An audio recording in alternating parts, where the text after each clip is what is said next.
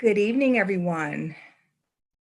Thank you for joining us. I'd like to welcome you to our town hall meeting this evening. My name is Dr. Celia Cruz. I'm the Deputy Chief of Student Development here at Mastery, and I will be serving as your host for this evening's town hall meeting. Next slide, please. The purpose of our town hall meeting this evening is to give you the most up-to-date information about our plans for opening for the fall. You will hear from top leaders at Mastery who have really been spearheading the planning work for school reopening. They will have an opportunity to present to you today. And then you'll have an opportunity for questions and answers. So as you're hearing information today, please put all of your questions in the chat.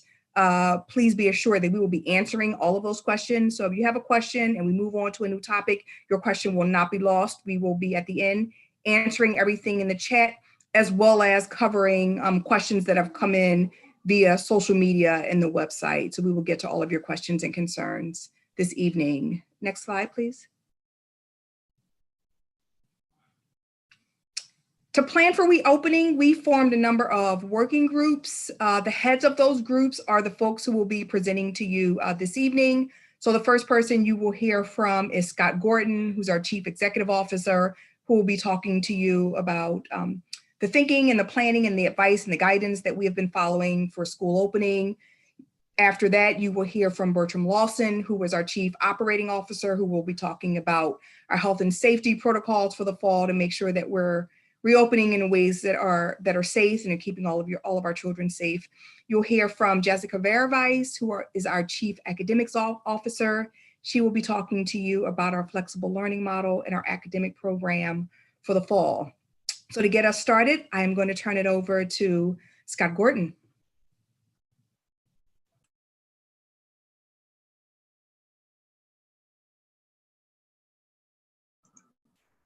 Hello, parents. Thank you so much for joining us this evening. If you can go to the next slide, please. I'm Scott Gordon. I'm the CEO of Mastery. I was the principal of the very first Mastery school that opened 19 years ago, and now I work with all of our schools. Next slide. So the purpose of this meeting is really to make sure you understand our plan so you can make a choice whether the hybrid version or the online version is the right thing for you and your family, and that you understand our safety plan so you can have any questions answered about that and feel good about sending your child to our building if that's the choice that you select. If you can move on to the next slide, please. All right, so the first question is, why are we doing an in-person option? So a few reasons. First of all, our governors have asked all public schools to have an in-person option. It's actually required in the state of New Jersey and strongly recommended in Pennsylvania. Likewise, Department of Education, health departments, and the American Association of Pediatrics and the Academy of Science have also strongly suggested that public schools provide an in-person option for optimal learning. And then when we did a survey about a month ago, about 80% of our families asked or wanted to make sure that we had an in-person option. So we're going to have an in-person option. Next slide, please. We're also going to have an online option. And we do have families who have medical risk or immunocompromised, or perhaps you're just not feeling comfortable sending your child in person.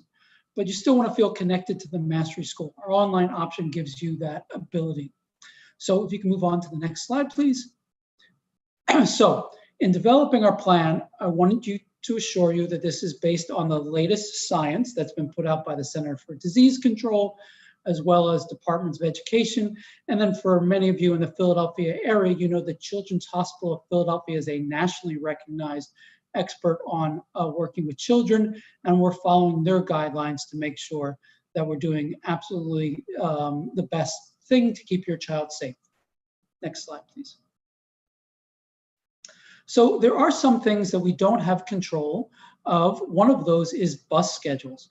Those are mandated by our school districts or by the availability of buses in New Jersey. So unfortunately, in many cases, we're going to change their hours. That's because of the bus schedules. Similarly, the directives coming from the governor are out of our control. We have to respond to those. And as everyone on this call knows, things are changing day by day. So the governors could change the directive and direct us to open only online or to delay, because if you can go to the next slide,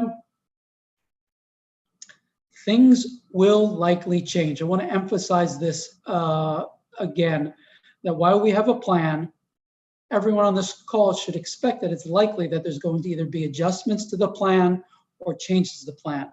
One, we may find that COVID-19 is going up or going down, and we're going to pay attention to that. We're getting feedback today on this call from our parents and from our staff, and we're going to make adjustments after getting that feedback. So it is likely that things will adjust and be altered prior to the day we open, and that we will likely hear from our government that they want things to change. So we're paying close attention and we'll update you as things evolve. Next slide, please. One of the things that will not change is that we're going to do everything to remove any barrier for your child learning. So hopefully you are aware, and if you're not, then we're here to help out, that your child is entitled to a Mastery laptop that we will loan out to your child. Every child, you have 3 children, we'll loan out 3 laptops. Similar, we're going to be announcing next week support if you're unable to get internet access or having problems, financial hardship. We're going to be making a program available to provide some support to you so that there's absolutely no reason why your child can't engage in the academic program. We want your child to learn this coming fall. Next slide. Last thing I just want to add, in the pandemic, for those of you who are here with us in the spring, we got through the pandemic in the spring. We came together as a community. We provided meals. We distributed computers in what was a pretty stressful and chaotic time. We're going to do the same thing this fall. We're going to be in contact with you frequently. We're going to make adjustments as we need to, but we're going to stay together as a community, Mastery Strong, to make sure we continue your child's learning and keep your child safe. So thank you, and I look forward to your questions. You can move on to the next slide and the next speaker. Good evening, everyone. Bertram Lawson here. I'm your Chief Operating Officer with Mastery, looking to serve you and your students this coming fall. You can go to the next slide. So I'm here to give you an overview centered around our health and safety protocols, which is our #1 priority for us. As Scott elevated earlier, we have done research and got recommendations from a variety of different entities, CDC, CHOP, states of Department of Education in both Pennsylvania as well as in Jersey. These guidance that we have will be focusing on ensuring that we are at the top, meaning that we are very rigorous in focusing on safety at the top of the mountain and ensuring that that happens. So the guidance that you will see or hear about during this presentation is focused around that. Next slide, please. Self-monitoring at home. Please ensure that if your child is sick, that you keep that child home to make sure that they're comfortable and well cared for. We will be working with families and engaging by sending out some thermometers this August. That'll be an effort that we send out to support our families. Some symptoms that we want you to make sure that you're aware of is if your child is coughing, has nausea, body aches. Those are some symptoms that we want you to make sure that you're checking out. And if your child has a temperature 99.5 or higher, please have them stay home, because we want to make sure that they're in the best environment to ensure that they get healthy and better. Next slide, please. In our schools, we will be doing scanning of students daily, so taking their temperatures on a daily basis. Every school in Mastery will have a nurse available during school hours. If a student has any symptoms that are maybe COVID related, a fever, they will be evaluated by our nurses that are on our staff. If a child is sick, please come pick them up. We're asking you that they are picked up or have a guardian pick them up. We cannot have students traveling home on the bus or any other methods by themselves. Next slide. Masks are very important. It is a well-known fact that masks help to decrease the opportunity for the virus to spread. So we're asking that every student and staff wear a mask at all times in Mastery while on school grounds and outside on school grounds. We are also asking parents to make sure that you send your child to school with a mask. We will have extras on site at each school, but we are asking you that you purchase a mask for your child and that he or she has it as they come into our school buildings. Thank you. Next slide. We are minimizing the number of students that we have in our buildings. So that's why we have the variety of different options related to the online and distance learning. So that will help to limit the number of people that are in our buildings. But in our classrooms, we will be focusing on having no more than 15 students in a classroom. And for other indoor gatherings, no more than 25 people for indoor gatherings. And we are minimizing how we serve meals and relegating into our classrooms versus very large spaces. And all of this is based upon ensuring that we minimize the opportunity for any issues or any spread, focusing on social distancing and maintaining the safety and well-being of all people in our buildings. Next slide.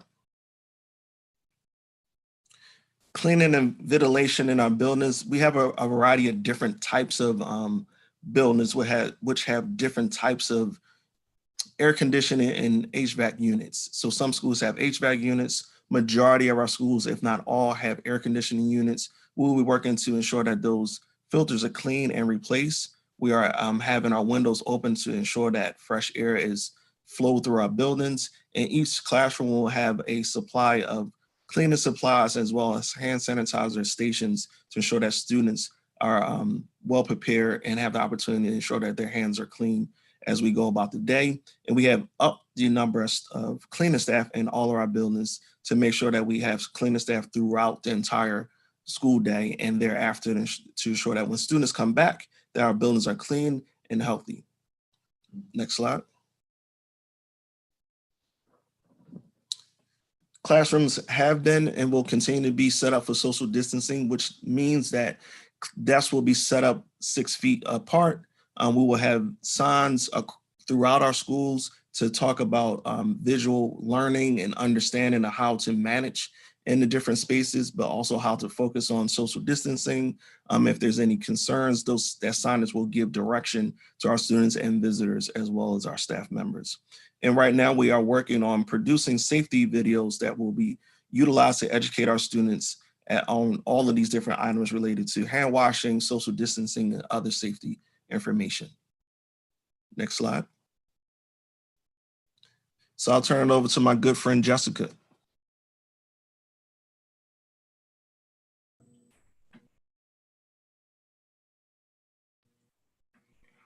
Good afternoon, everyone. Thanks for joining us. So now that we've heard a little bit about the health and safety protocols, I'd love to dive a little deeper into what the learning experience will look like for your child this fall. Next slide.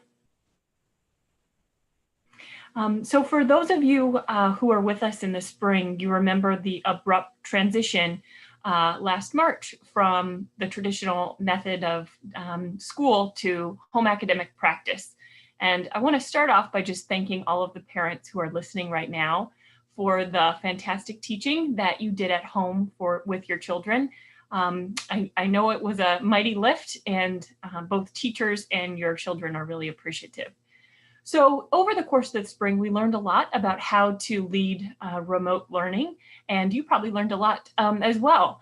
So as we plan for the fall, we are planning for a hybrid model right now that would be a combination of in-school live teaching, traditional to what your student has experienced in the past, with the modification of reduced class sizes, as Bertram just shared. And then another important ingredient will be continuing that at-home learning, the other part of the week that kids started in the fall and you supported your children with. And all of this will rest on a foundation of technology that will help your child navigate the learning tasks and assignments that they'll engage in, both when they're in the four walls of the classroom and at home at the kitchen table with you, working on assignments remotely. That foundation is, as Scott mentioned, based on the commitment to ensure that all of our students have an individual laptop and supporting with access to internet.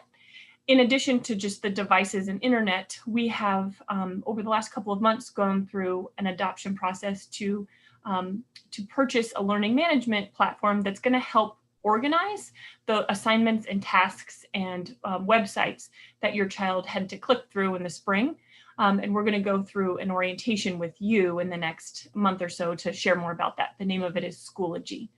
So the headline here is, we learned a lot from the spring. We know that you learned a lot from the spring, and we're paying those lessons forward as we design the learning experience for your children this fall. And we remain ever so committed to ensuring that we're accelerating your students' learning and that they're having a joyful, productive experience, both when they're at home with you and at school with their peers and their friends. Next slide. So as you likely read in the Parent Square message from earlier this week, in our hybrid approach, we are planning for 3 paths for students. The first approach will be standard, and likely most students will fit in this pathway, which would be an in-person learning experience 2 days a week, again with socially distant classroom, from 10 to 15 students in a classroom at a time, and then remote learning happening 3 days a week. So students at home would have tasks and assignments to complete independently, and then they'd come to school to experience lessons live with their teacher. We have another group of students who we're hoping to have in the building more frequently, who may require or benefit from additional supports that we can offer. So for some of those students, we may be able to bring them into the building up to 4 days a week. And this will be something that school leadership teams and teachers are working and planning for over the next month. And then finally, we do have the distance learning program. So this is information you received a few days ago that outlines a virtual option that you have at your disposal to sign your child up for. For this program, we are asking for a commitment to the first quarter, report period 1, and students would not be in the school building. They'd be learning remotely 5 days a week. They'd be working through our Schoology platform to complete online tasks. They'd have a check-in with their teacher once a week, and it really would require a fair amount of parent support. We're suggesting an hour a day to ensure that students are working through the lessons, completing the assignments, and receiving some tutoring from you to ensure that they're progressing. So next slide.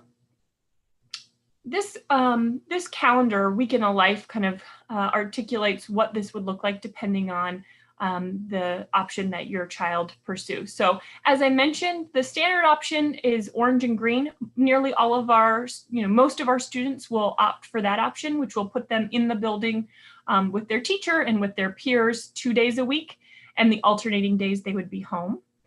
The purple group are kids that we want to be able to offer extra supports to, and those students will be ideally in the building 2 to 4 days a week, depending on the supports they need and the school-specific resources. And then the last group, the blue group, these are students, many of you may be wondering if you want to sign your child up for the distance learning program. These are students who will be completely remote for the first quarter and doing a lot of the work independently.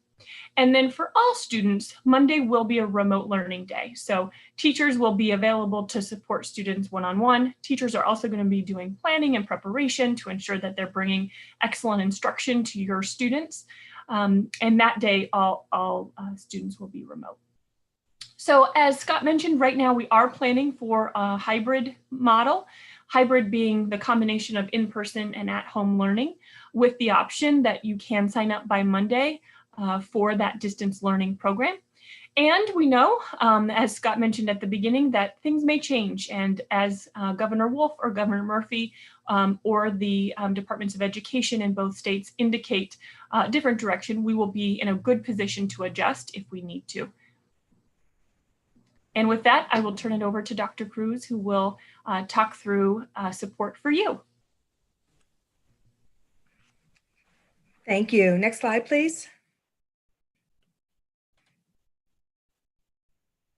So I want to briefly talk about what Jessica alluded to in terms of our family orientation. As Jessica shared in the spring, families, you had a significant lift to help support your students' academic development. In our hybrid model, you will continue to need to be a resource to support your child in doing the 3 days of distance learning. And in terms of paying it forward, we've learned some great lessons about how to partner with families to make sure that you have the tools that you need to be able to do that. And so we have a vision for family orientation that's about making sure that families and students have what they need so that we can have a safe and productive school opening. Next slide, please. Our goal is to take 100% of families through an orientation. Those will be conducted during the first couple of days of school. When school opens, the expectation is that most of your children will not be returning on day one for live in-person instruction, but rather we will use the first couple of days in school for orientation. And so you will have an opportunity for a one-on-one session with an advisor who may or may not be your child's teacher to walk you through those tools and resources that we have available for families to support the 3 days of distance learning that is baked into our hybrid model, or to support the 5 days of virtual instruction if you select that option. Next slide, please. And so what that looks like is a deeper dive into the health and safety protocols. Jessica talked about Schoology as our platform where we're housing all of the instruction. And so you will receive a username and a password and be trained on how to use Schoology so that you can monitor what your children are supposed to be doing both in school and in the distance learning. You can monitor feedback, you can check grades.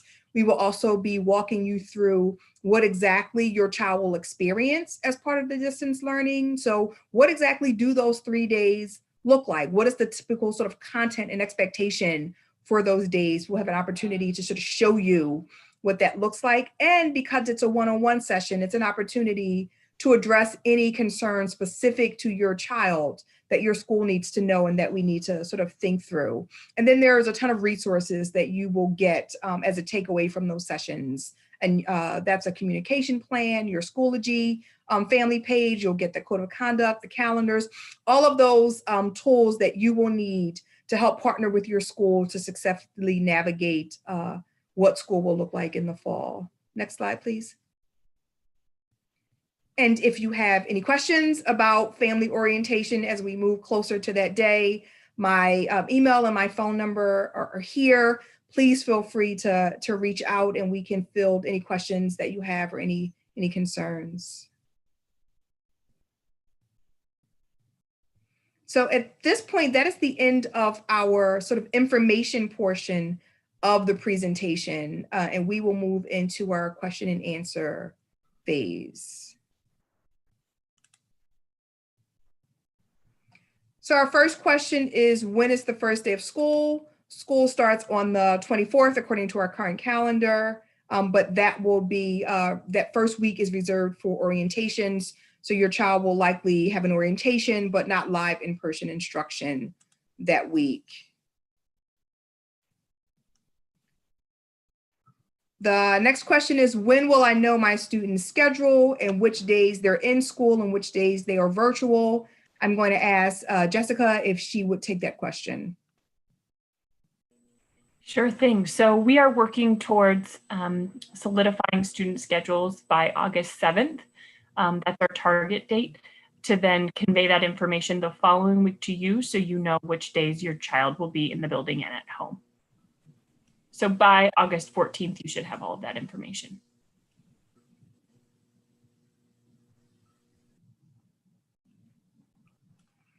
What hours are the instruction for the online portion of our model? That's a great question. So for both the remote learning and the distance learning program, students will obviously be doing that work on their computer at home. For students for both actually, students in the distance learning program and students doing independent work who are not on the 80 or the orange and green schedule, there will not be a set bell schedule. So they will not be receiving sort of live lessons from their teacher. We have in the spring, your students' teachers may have been doing live lessons on Zoom or other methods of delivering instruction. That is likely not to be the case in this hybrid model for the first quarter because those teachers will be teaching the children physically in front of them. So rather than having a kind of set bell schedule, if you will, that students would have in the actual physical building, we will have a recommended way for students to organize their time over the course of about 5 hours that they're able to do those assignments that they need to do each day. And they'll need your support with sort of keeping to that routine and that schedule as you worked on this in the spring, so that they have a set time that works for you and your family to do the lessons and assignments that are there and ready for them. The next question is, does it have to be 5 days a week? So do students need to be online 5 days a week? I'll take that one. Students need to be online for all of the days that they are assigned for online learning. So if you're selecting the hybrid and there are 3 days of online learning, while the times are flexible for when they complete those assignments, they do need to make sure that they are logging in and working on content on those days. If you're selecting the fully virtual option, they do need to log in each of the school days to work on work in order to be counted as present in school. Will siblings be grouped in the schedule? Yes. Our goal is to group families together. So if you have, say, for example, a child at Gratz and a child at Cleveland, the expectation is that they would be coming to school both on the same days. My child has an IEP. What arrangements or assignments can they get help with from home with the goals that have been set up? Jessica, do you want to take that one? Sure. So as we get ready again for reopening, teachers and case managers will be reviewing student progress from the spring and tailoring supports for students to make sure that their growth continues. So closer to the start, likely during the first week of school and closer to reopening, teachers will reach out with more information about what individual student schedules look like and the supports they'll receive, as well as the different programs that they'll have available to them. We are adding a fair number of really great programs to our curricula this fall to really be able to meet all students' needs. So you'll receive updates on that near the end of August. Thank you. Do all students with IEPs get 4 days a week of instruction? I can take that one. Not necessarily. So we are trying to prioritize the needs of students in each building. As everyone knows, we have a number of schools, and in each building there are different space that's available for instruction, as well as teachers. So teams will be looking at student progress, student need, and making a recommendation in partnership with families make sense.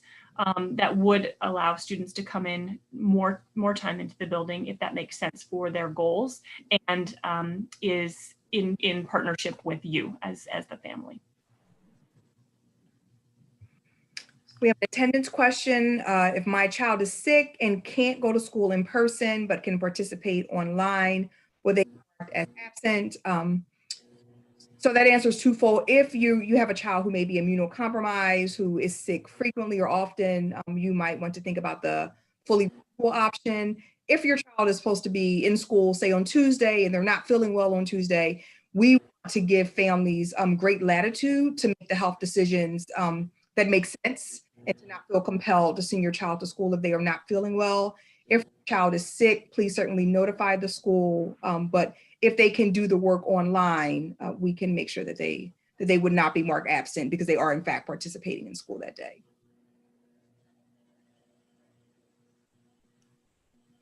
Are there any changes to the uniform because of COVID-19? We've not discussed uniforms in great detail at this point. There are no planned changes to the uniform outside of adding masks as a part of your uniform.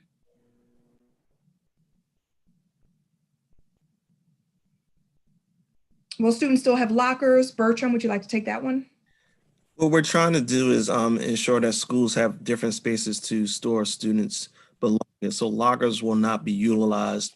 And the reason that we chose not to do that, because it will be quite hard to manage social distancing with lockers. So we chose to have schools identify spaces to keep kids' belongings together.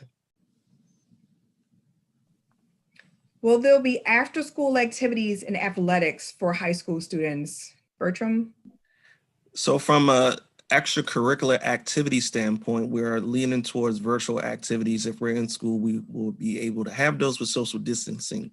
From an athletic standpoint, We are still waiting for guidance from the state through PIAA and focusing on whether or not sports will be held. We don't have that complete information yet, so we're still waiting on that. Are there any updates on the PSSA and other tests that students would need for entrance into magnet schools? Jessica? Sure, great question. So we don't have updates from either state on standardized testing yet. I would expect that they'll release those later in the fall, and we'll be able to do some planning in anticipation for spring assessment. My estimate would be that it'll look different than it has in the past.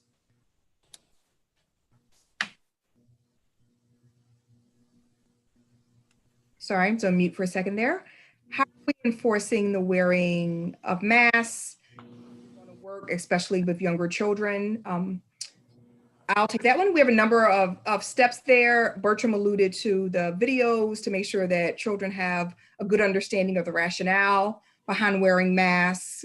We will be issuing lots of reminders. We'll have signage posted. So we want to be as proactive as possible about getting kids to understand why wearing masks are important. That's part of what the orientation is for as well, to go through those routines, to walk younger children through what some of those routines look like. And then we would be enforcing that if we had a child who was just adamantly opposed, despite the reminders and talking to staff and working with the dean. So we're taking as many proactive measures as possible to ensure that kids are able to comply with masks. And we fully expect that our students will be on board. Will children get mask breaks? Yes. Teachers will build that into the schedule, an opportunity to take breaks. We will be working with schools to plan for what that would look like to be able to do that safely. But absolutely, we understand that children will need opportunities to take breaks. What are the guidelines going to be for switching classes? I can take that. So transitioning between classes for K-8, we will be limiting. So teachers will actually move, particularly for upper elementary and middle school. Teachers will move from classroom to student versus students moving to a variety of classrooms. And then for high school students, we are working on protocols for transitions that allow for social distancing and minimize interaction with other groups of kids. And that'll obviously be an opportunity to practice when we reopen to get that routine down. Awesome, thanks, Jessica. We'll also have face shields as an option for our younger students. This next question is for Bertram. How are children going to eat lunch and get their other meals? Are students allowed to bring their own lunches into the building? So food service will be managed through classrooms. Our food service vendors will be working through that and bringing food to the classrooms and having lunch and breakfast facilitated in that manner. We also may have an option for in the early morning a grab and go type of situation. In regards to students bringing their own lunch or food to school, that's still an option for parents to make a determination on. Bertram, I have another one for you. What is the protocol for schools if there is a positive case of COVID in the building or the classroom from either a teacher or a student? I'll defer that question to our CEO. Yeah, we will be finalizing our protocols because the science and recommendations are actually changing. So we haven't published them yet. In the spring, right before we had closure, we had a rule that if a child was exposed and exposed other students, we would either shut down the school or shut down that classroom, depending upon exposure. The latest guidance that just came out 2 days ago was if a child has been exposed for 15 minutes within 6 feet. So they're changing the definition of exposure. So we're going to wait another week or so to get the latest science and the latest recommendations, and then we'll be sharing out. But the bottom line is, if there's been multiple exposures, we will be shutting down classes. And then if there's school-wide, we'll be shutting down school as we did in the spring. But we'll be checking with the health department, Children's Hospital to make sure we're using the latest science before we publish those.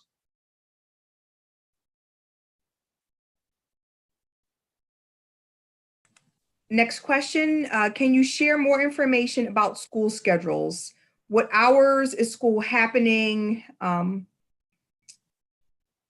why don't we know yet? Like a lot of frustration around clarity around hours for school and school schedules. Not sure who wants to take that one. I can take that one. Well, first of all, I'm sorry for your frustration. We are frustrated also. The reason why there's been delay is that we literally just found out bus schedules in the last 48 hours. So you'll be getting communication about your schedule, but that's the reason why. In New Jersey, in Camden, our buses will begin school at 9:15. So we'll be making adjustments to our schedule because that's the only time that buses are available. In Pennsylvania, there's actually two schedules. There will be an 8:30 schedule and a 9:30 schedule. Most of our schools will be on 8:30. We do have two high schools that are on 9:30, and your schools will be reaching out to you in the next few days with updated schedules. But I do apologize. That is because the city on each side of the river was trying to coordinate the fact that there's not enough buses. So asked all the schools to change our start times, which was out of our control. So we'll be communicating that out in the next few days. Will students have video instruction from their teacher? How can working families support this? Will there be time set aside for students to get tutoring from a mastery teacher? Jessica? Sure, great question. So currently right now in the virtual learning program that's completely remote, as well as the alternating days, there will not be live lessons. So teachers, as you can imagine, are really getting ready to make sure that they are as prepared as possible to meet your students' needs. And teachers will be teaching bell to bell 4 days a week. They'll just have smaller class sizes. So they aren't available to then teach over Zoom to your child that's at home. We are investigating some other ways of supporting kind of a connection to learning. So we are kind of considering other options to enhance the experience for your students when they are home, like being able to, Zoom into live instruction that's happening in the four walls of the classroom. We haven't done that before, so that's only a hypothetical right now, but we know that it would be supportive to your students to be able to have access to that. Right now, there is a high degree of independence that's going to be required of students that they started to build in partnership with you and teachers in the spring and will be needed in the fall as well. And then, of course, rest assured, we really are pursuing other options to sort of enhance the overall experience for your child to make sure that they're meeting their growth goals and getting the instruction that they need. Thank you, Jessica. There's a question about whether or not there can be a 5-day-a-week option and just how hard it is on working parents to plan for the hybrid model.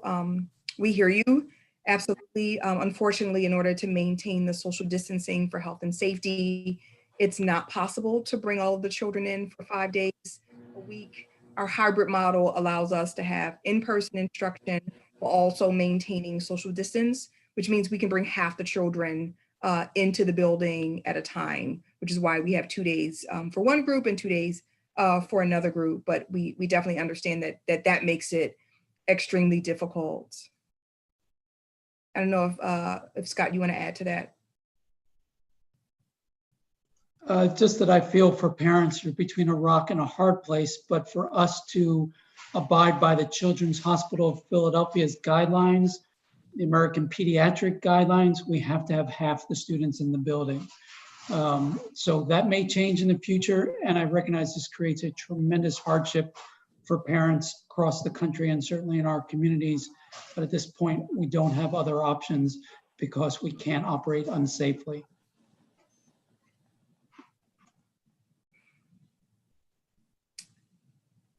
Is there any way to change your mind before October 31st if circumstances change? So if you opt for the virtual option, do I need to maintain that option until October 31st, or could I make a different decision prior to that? I can take that. Jessica or Scott, who wants to take that? Yeah, I can take that, Dr. Cruz. So we're asking you to commit for a full report period, which is through October 31st. Want to explain why. The reason why is we have to balance the number of teachers that are available to teach our students in person. And we're trying to see if we have teachers who are not in person who might be able to support our online instruction. If we have folks switching between one and the other, we're not going to have teachers available to support your child. So at least at this point, we're asking folks to commit, and we won't be able to honor switches until October 31st. Again, if things change, we may have more flexibility, but at this point, please assume that you'll be locked in for the first few weeks until October 31st.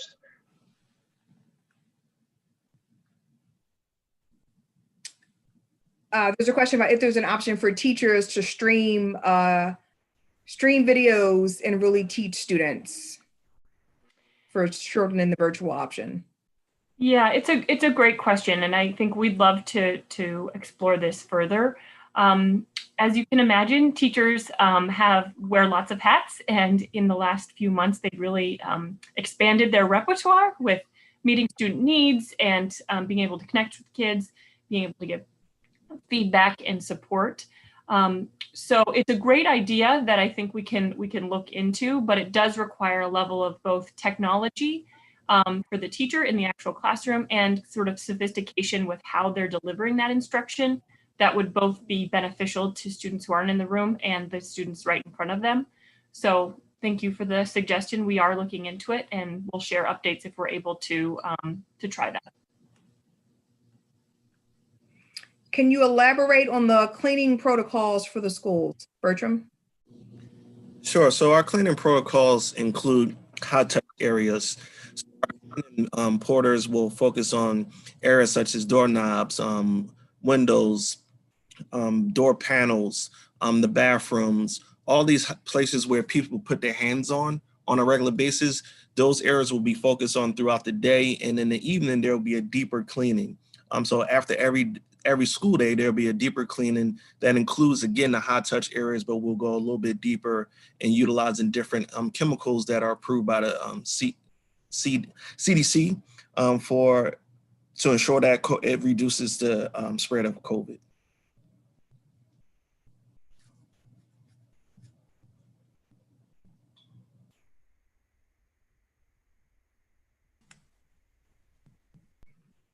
How will we be able to actually tell who has the virus when people are asymptomatic? We don't have an answer for that because that is something that is right now, not from a health standpoint, you won't be able to tell that. Our objective is to identify people who might have symptoms. If they do have a symptom, we will send them to the nurse. If a child is sent home, we will be asking parents to get their child checked out. But we don't have a mechanism to really facilitate those who might be asymptomatic.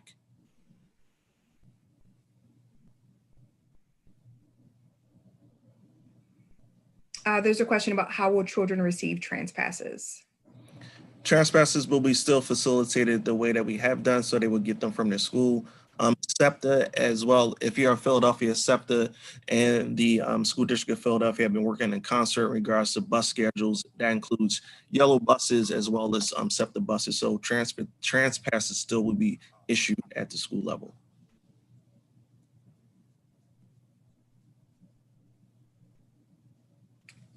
How will families be assigned to either Group A or Group B? Great question. So a follow-up to that, you might want to answer them all at once, is whether or not there's a family preference is for which group they're in. Sure. So the first thing we want to do is keep families together. So siblings that are in the same school, as well as siblings that may go to feeder pattern schools, partner schools. So what we are doing right now is taking all of our student information, looking at the feedback that you're submitting via the sign up for the distance learning option, and then doing your school leadership teams are doing scheduling in the next few weeks to make sure that we have teachers matched to students, which is why August 7th is our target date to have that completed and then be able to communicate to you the following week. For preferences, after you're assigned either the A or B group or the orange or green that was on the slide, there may be opportunities to adjust if the school has capacity, But because we're trying to honor the ability for all families to have their students in the building at the same time, we are going to do that assignment at first pass kind of centrally, and you'll receive that information. And then if there is any adjustment that we would be able to make, the school leadership team would examine that. But again, to ensure that siblings are able to go together, it's important that we do the initial assignment. Thank you, Jessica. Bertram, there's a request if you could walk us again through the morning entry procedures in terms of temperature checks and those kinds of things. So just to give as much detail as I can in this form, students arrive at school, they will be scanned with a temperature or thermometer that scans their temperature. They will be asked to utilize hand sanitation. They will be asked to, if there's a grab and go food dish available, they will ask to take that and then be moved on to the next stage into the path into the classroom. So mask on, checking for masks, temperature check, hand sanitizer, and then moving forward. If a child comes in, they need a new mask, they can get a new mask at that time. And we also are looking to ensure that all of our students have one-off or one-to-one hand sanitizer available to them as well, to keep in their school bag or their pockets. Thank you. If I could just add, you will be greeted by Mastery staff. There will be smiles. There will be warmth. We're going to try to create the school community. And you should be aware there'll be a nurse on hand in the event that someone has a temperature. The nurse will be available to assess that student right there in the morning. There's a question about what assurances families can expect. How will they know that Mastery is going to make sure that we have all of the right supplies in order to keep children safe? You can always ask and request to see the supplies. We will have them. We have a list. That information, the FAQ, will be shared with parents that will list the equipment that we will be providing in our schools. So it's open. You will definitely have the opportunity to get that information. There's a question about whether or not we're taking temperatures for staff as well. So what we're doing with staff is, Scott, you want to answer that? Go ahead. So what we're doing is focusing on our students. We're asking our staff to self-monitor, and we also have a plan to do something a little bit different and to support our staff that our CEO might want to share. So we'll be testing our staff for COVID. We'll be mailing out to our staff before they begin the school year a self-administered test that they'll FedEx at our expense to a medical facility to assess them. And then our plan is to continue to assess them every few weeks to make sure that no one has COVID. Again, as Bertram mentioned though, staff will also be doing daily monitoring and not coming into school, into the building if they have a temperature. So those are the two strategies.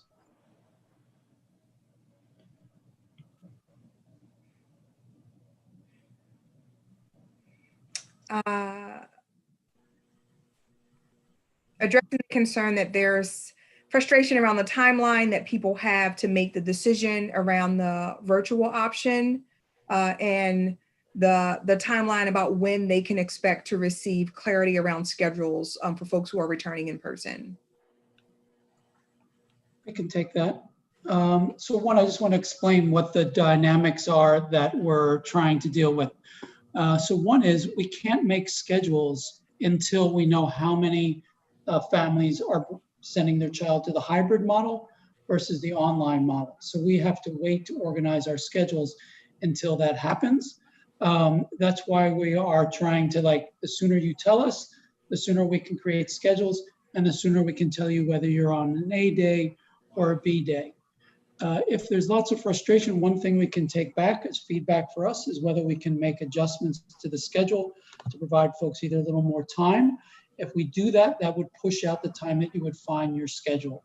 So if folks have that preference, please put that in the chat and we can consider that to give folks more time potentially. Thank you, Scott. There's a question from one of our students about whether or not there will be field trips.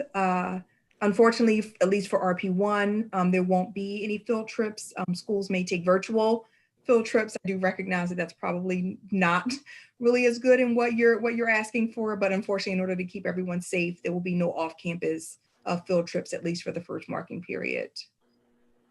Will the 100% online curriculum be the same as the in-person? Yes, so the instructional materials that students engage in will be the same. The difference will be the mode of delivery. So for example, if you are a parent of a fourth grade student who was working on fractions last spring, your fourth grade student may have received a live lesson over Zoom to explain a concept and then done some practice in their workbook. This fall, what that will look like is for students who are on those orange, green, or AB days in the actual physical classroom, their teacher will teach that lesson to them and sort of launch them into an assignment that they can do the next day at home by themselves. And for students who are in that independent option, Eureka, our math program that we use, has offers a service to have videos, instructional videos, explain the concept. So students will actually watch a video explaining a mathematical concept and then complete the task or the assignment at home. So the mode of delivery for the instruction is different, but the actual curricular materials will be the same. Thank you, Jessica. Bertram, can you walk us through bathroom protocols for students? So bathroom protocols, what we're looking at, and I'm gonna start primarily with young men. So for the urinal side, we will section off urinals, so cut off one and leave a section or a space and then have another. But each school has given the autonomy to make flexible schedule around bathroom protocols. And that's regards to based upon their schedule, their student, the grades that they are serving in their schools. And we also are looking at touchless or disposable hall passes to ensure that students are not passing or utilizing the same hall passes as they maneuver throughout the bathroom or to other spaces in the school. Thank you, Bertram. And just so families are clear, the information that we are talking about is not Philly specific or Camden specific. This information we're reviewing tonight applies equally to both our Philly schools and our Camden schools as well. Are there any special accommodations for students with IEPs or students with asthma who might have difficulty wearing a mask? The state and CDC, the State Department of Education, as well as the state health departments on both sides of the river and the CDC state that if a child or if a student has any health issues, that they are to be given some level of ease and exemption based upon whatever the issue might be. And I would just add, in that case, we do have plastic face shields available to provide a level of safety without the mask. Jessica, this one's for you. Will there be science and social studies for students, including our K-2 tours? Yes, there sure will. So obviously we know math and reading and writing are really important, but as are science and social studies, as well as all the electives and enrichment that your children probably really love. So for social studies specifically, I mentioned earlier, we've made some pretty significant enhancements to our instructional programming and purchased a fair number of new programs that are going to give your child, I think, an even better experience with both online learning and teachers are going to use in the classroom. So for social studies, we'll continue to use our current program, and that'll be complemented with a really cool approach, which is discussion-based questions that sort of like promotes inquiry, even for the younger grades. Now is a great time to foster inquiry, given everything that's happening. And then for science, we will be using Discovery Ed. So Discovery Education has a great science curriculum. You can Google it and check it out. That has videos, interactive simulations, tasks, and that will be for K-12. And then for K-2 specifically with social studies, we'll continue to use some of the great materials that Scholastic has put out for remote learning that are kind of thematically organized to give kids kind of more experiential learning on the computer. Thank you. There's a question about whether or not we will be maintaining the CTE program that's currently happening at Gratz. Not sure who wants to take that one. We still have a CTE program at Gratz, and we obviously will have to make adjustments to how that programming is delivered. Will every student get a laptop, and when will that happen? Yes, we are moving from one laptop per household, which is what you have now, to making sure that every single child has a laptop of their own that we are loaning that they can use. If you are in need of one, those will be distributed during orientation. So by orientation, you will have your laptop that you will need to get through the school year. Do we have recommendations on which type of learning program would be best for students with IEPs? So my recommendation would be to really reach out to your school. You know your child best. You know the way that they learn the best, and your teachers will be able to give some guidance. So there isn't a one size fits all. And in order to meet the individual needs of students based on the goals that they have, my suggestion would be to connect with your school team to provide some guidance. If I could just add one addition to the CTE question that was asked earlier. We do, as I mentioned, we're enhancing our programming through the purchasing of a lot of other instructional materials that are online, and we will have a new virtual platform, Edgenuity, that will cover all of the courses that are in the CTE program at Gratz. It'll just look a little different. Another academic question. Will teachers be holding office hours so that students can have access to their teacher on a daily basis for questions about the classwork and homework?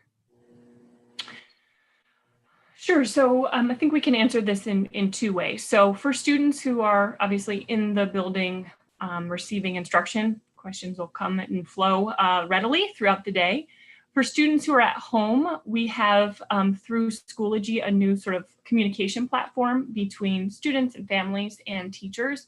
And there will be a routine that teachers will establish around how and when they'll be able to respond to those messages. So that would be the forum to do that. And then once a week, in terms of being able to connect with kids who are completely remote in that distance learning program, that would happen once a week on Mondays when teachers have that protected time to reach out to students.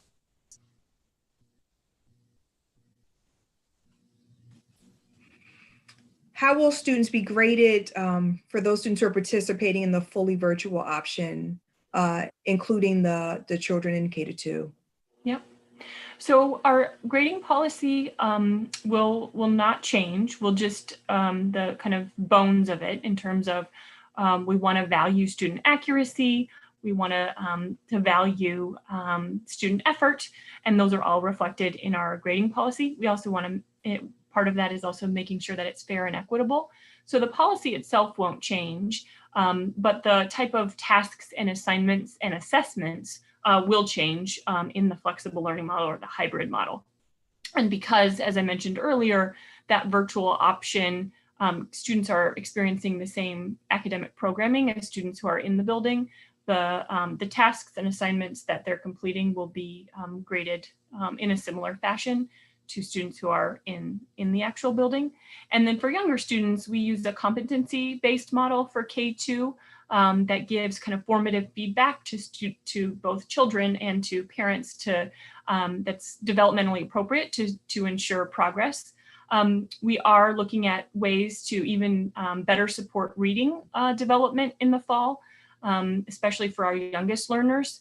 And looking at assessment options that are going to give families even more information about that progress. And that would be reflected on the report card.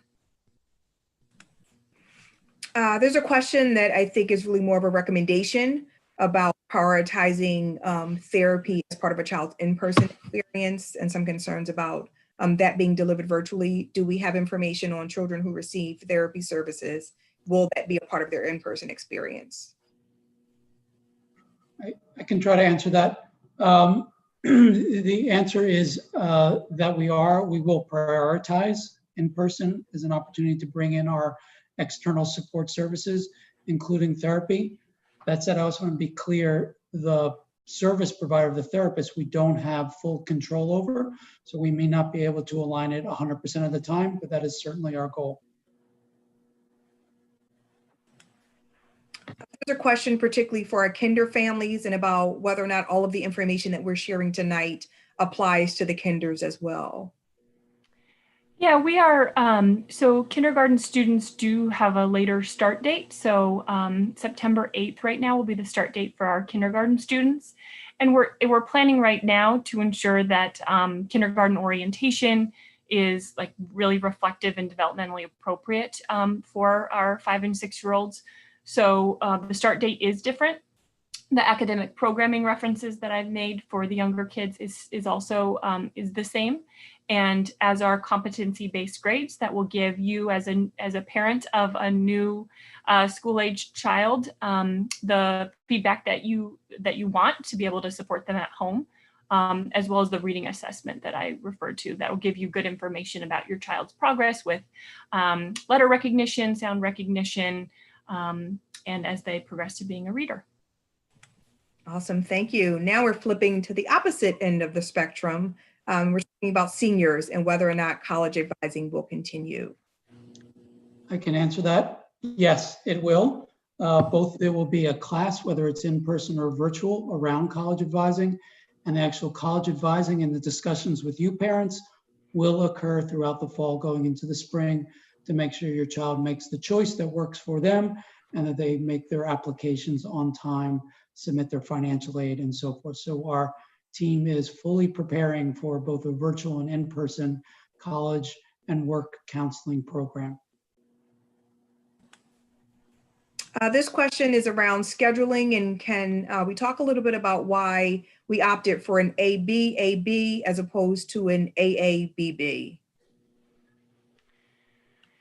Sure. So there's a couple, two major considerations. One is instructional, and one is sort of pragmatic around transportation. So instructionally, as we think about kids being out of a routine and at home many days of the week with your lovely support and guidance, teachers are going to be able to kind of better support students by delivering a lesson, launching a concept, practicing that concept with students while they have kids in front of them, and then giving them a task or assignment to go do independently at home, and having kids come back the next day to reflect on their work, receive feedback, and go through that cycle again. So instructionally, as we think about sort of just the continuum of learning that we are putting at the forefront, it makes a lot of good sense for teachers to be able to create that cycle. It's also the paradigm that the School District of Philadelphia has laid out. So we are consistent with them, which is sort of the pragmatic side of things.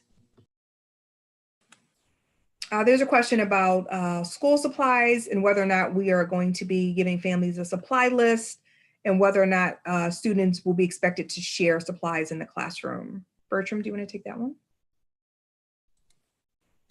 There will be a school supplies list as usual.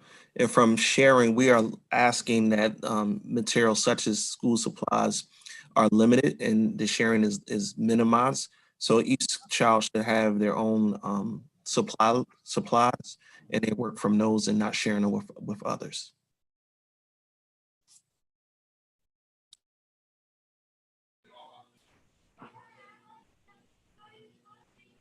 I'll just also add on to that. We're really being mindful about manipulatives and books and the instructional materials that kids just physically touch within the classroom to assist learning, and really on the school end, ensuring that students have sets that are unique to them so that there is not the mixing, and where there needs to be, that there's a good sanitation protocol in place. It's also because we are moving to a really technology enhanced instructional model, the number one school supply for your child is actually going to be their computer to give access to all the learning opportunities that'll be set up for them. Thanks, Jessica. There's a request, Jessica, if you could walk again through the hybrid option in terms of what that looks like from a student schedule perspective. Sure, and I wonder if we might be able to go back to that slide with the week at a glance.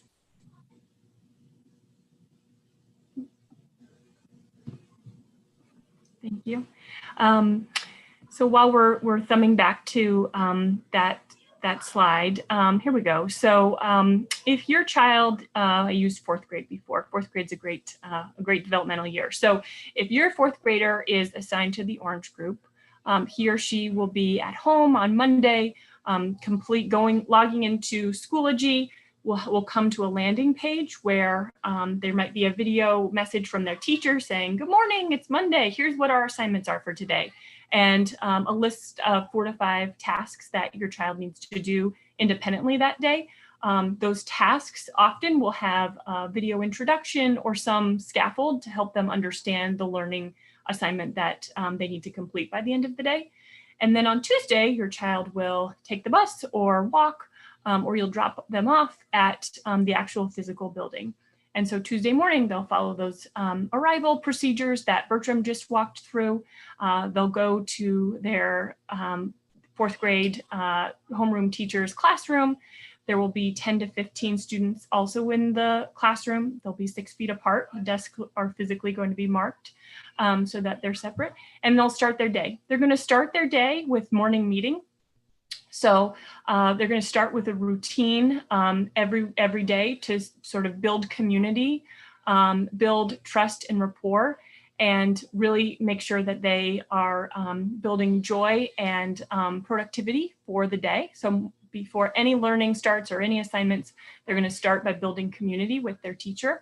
And then they'll move through what's very typical for a school day. So math, reading, writing, small group reading practice or independent reading, science, social studies, and an elective. So art, music, depending on the school and that report period. And then they'll go home. And through the course of that Tuesday, when they're in the school with their teacher will be teaching them a new concept. They'll be practicing that concept. They'll be submitting work, and then their teacher will be saying, tomorrow when you're at home, this is what you'll be working on with on Schoology by yourself. They'll go home on Wednesday and do a similar routine to what they did on that Monday when they were remote. So they'll log into Schoology. There'll be a little video message. They'll have their tasks and assignments with those videos to explain it. They'll do their great work that you'll check and give feedback on, and then they'll come back to the building on Thursday and repeat. Thanks, Jessica. Got it. We're staying with you. This is an opportunity for you to sort of talk about the flexibility of the flexible learning model and what happens if there's a second wave of COVID and schools need to shut down. Sure. So we have been in a planning process since late May, and we've called our approach a flexible learning model. And the reason why we've called it a flexible learning model is because we knew, given the persistence of the pandemic, even in the first couple of weeks, that no matter our very best plan, which we have probably a superb plan, the world will change, and the governors, the medical community will shift guidance. So we are ready for whatever is in store for the fall. We are ready if and when there's a vaccine and we can all return to the building and welcome back children without a mask and with warm hugs. We're also ready if we need to close buildings because the coronavirus does spread. And in that case, we would move to a fully virtual model. In that instance, you can imagine a world where teachers are actually, in that instance, if we're completely closed, teachers are able to live stream lessons. So all kids are being able to benefit from direct instruction from their teacher. We would still use the same learning management system, Schoology. We'd use the same online learning platforms, but the mode of delivery would be different. It would be on Schoology via a Zoom integration, where teachers would be delivering direct instruction. So the good news is that, when we start with students and we give the orientation and we help them understand how Schoology is going to work, you understand how it's going to work, and they have all their assignments and lessons they dive into. Should we need to make that unfortunate adjustment to close schools, students will have already practiced all of the academic engagement with those platforms. So when and if they needed to do it from home, it would be a similar routine that they would adjust to. This is a question about students and who are opting for the fully virtual. Will there be any interactions with teachers or any of their peers at school at all? Right now, based on our planning and all of the other variables that go into this, it would be very limited. So again, we're exploring some options to enhance it. We talked earlier in this town hall about the potential for students to Zoom or live stream into the class. But right now, based on staffing capacity, that's likely to be fairly limited. So their touch points really would be on Monday with their teacher. That could change, and we hope it does as we get deeper into planning and we have more information. But right now it would be a very independent option. Will students get enough food for the days when they are not in school? Bertram. So we're working with the state agencies and USDA in regards to getting approved for how much food we'll be able to give out to students when they're not in school, and also our distance learning students. So the exact number of meals has not been given to us. And that, again, that approval comes from the USDA as well as our state agencies that oversee our food programs. So we are focusing on providing that in some quantity. This may be a question for you, Scott. Will Mastery pay families a subsidy to offset their child care expenses for when students are not in school? Oh, I wish that that were possible. No, we won't be paying for your child care subsidy. Just to give you a sense, we're still getting paid about the same amount, but we've committed to loaning out laptops, providing the subsidy or support if you're struggling for internet. But unfortunately, we don't have the financial resources to pay for individual families' daycare or childcare. Bertram, this is likely for you. Can staff have children in school with them on the days that they are working? We are working through a process of identifying some possible in-school childcare providers. But from a standpoint of staff having their child come in just to be in their classroom or in their office, that's not an option. But our HR department is currently, and talent department is currently working on options to facilitate some possible school childcare services specific for our staff. I'm sorry, for our staff.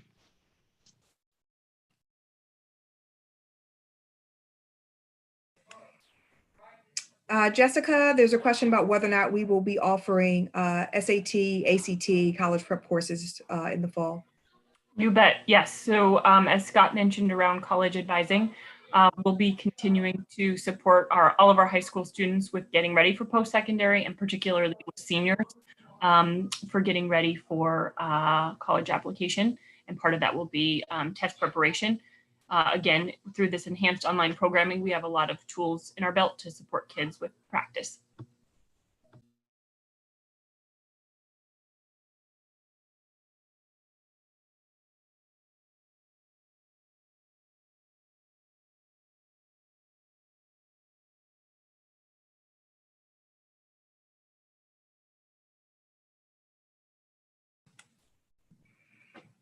At this point, I think maybe some folks joined late. We're starting to see a repetition of the same questions again. So we're not going to double back and answer questions that have been posed and answered.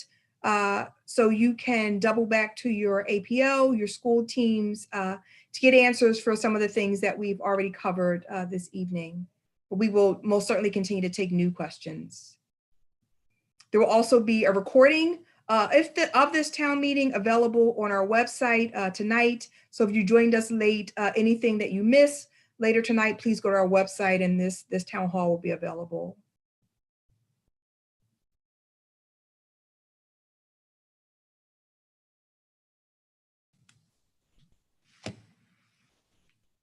So at this point, I'd like to thank you for joining us. It doesn't look like we have new questions coming in. Again, please refer to the website. We will have this recording. We will continue to host these kinds of events and have a great evening. Thanks so much, everyone. Night.